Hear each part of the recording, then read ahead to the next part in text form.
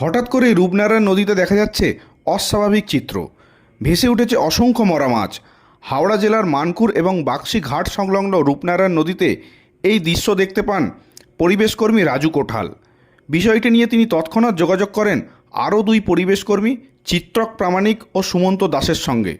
তারা ঘটনাস্থলে এসে দেখতে পান নদীর জলে ভাসছে শতাধিক মরা মাছ। নদীর উপর ছড়িয়ে পড়েছে তীব্র দুর্গন্ধ। চিত্রক, সুমন্ত ও রাজু জানিয়েছেন চেঙো মাছ সবথেকে বেশি মারা গেছে। তার সঙ্গে মরে ভেসে উঠেছে চিংড়ি ও ছোট পোনা মাছও।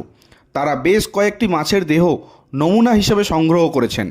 স্থানীয়রা অভিযোগ জানান বাগনান 1 নম্বর ব্লকের মৎস্য অধিকর্তা স্বপন বোয়ালকে, কিন্তু পরিবেশ কর্মীদের অভিযোগ কর্তৃপক্ষ এই বিষয়ে কোনো গুরুত্ব দেননি। পরিবেশকর্মী চিত্রক প্রামাণিক জানান রূপনারায়ণ নদী জীববৈচিত্র্যে সমৃদ্ধ। এখানে গাঙ্গেয় শুশুক, ইলিশ সহ বিভিন্ন প্রজাতির মাছ ও কচ্ছপ বসবাস করে, কিন্তু হঠাৎ করে এত মাছ কেন মারা যাচ্ছে তার সঠিক কারণ জানা যাচ্ছে না। হতে পারে কলকারখানার বর্জ্য দূষণ বা নদীতে কেউ বিষ মিশিয়ে দিয়ে মাছ ধরার চেষ্টা করছে। তিনি আরও বলেন, এইভাবে চলতে থাকলে নদীর বাস্তুতন্ত্র ধ্বংস হয়ে যাবে। স্থানীয় জেলেরা জীবিকা হারাবেন, আর মৃত মাছ খেয়ে প্রাণ হারাবে গাঙ্গেয় শুশুক ও অন্যান্য জলজ প্রাণী। বিশেষজ্ঞরা বলছেন পরিবেশ ও প্রাণী বৈচিত্র্য রক্ষায় দ্রুত তদন্ত ও কার্যকরী ব্যবস্থা জরুরি। বাগনান 1 নম্বর ব্লকের বাক্সিহাট গ্রাম পঞ্চায়েতের মানকুর গ্রামে দেখছেন আমরা রূপনারায়ণ নদীর তীরে দাঁড়িয়ে আছি।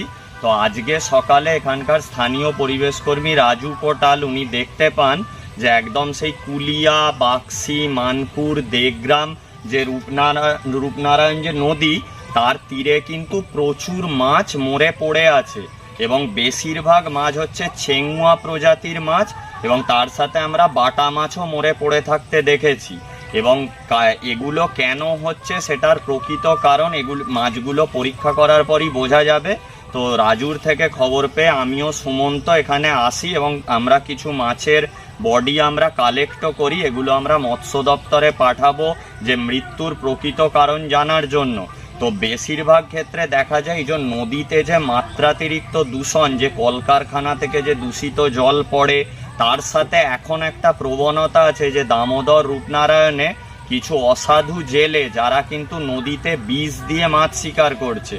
তো এর ফলে কিন্তু নদীর যে বাস্তুতন্ত্র মারাত্মকভাবে ক্ষতি হচ্ছে, এবং নদীর যে বাস্তুতন্ত্র সেটা কিন্তু ভেঙে পড়ছে, এবং এই মাছগুলো যে মারা যাচ্ছে, একে তো নদীর জল বিষাক্ত হচ্ছে, সাথে এই যে মরা মাছ যদি কোনো প্রাণী বা পাখি খায় তারাও কিন্তু বিভিন্ন সমস্যার সম্মুখীন হবে।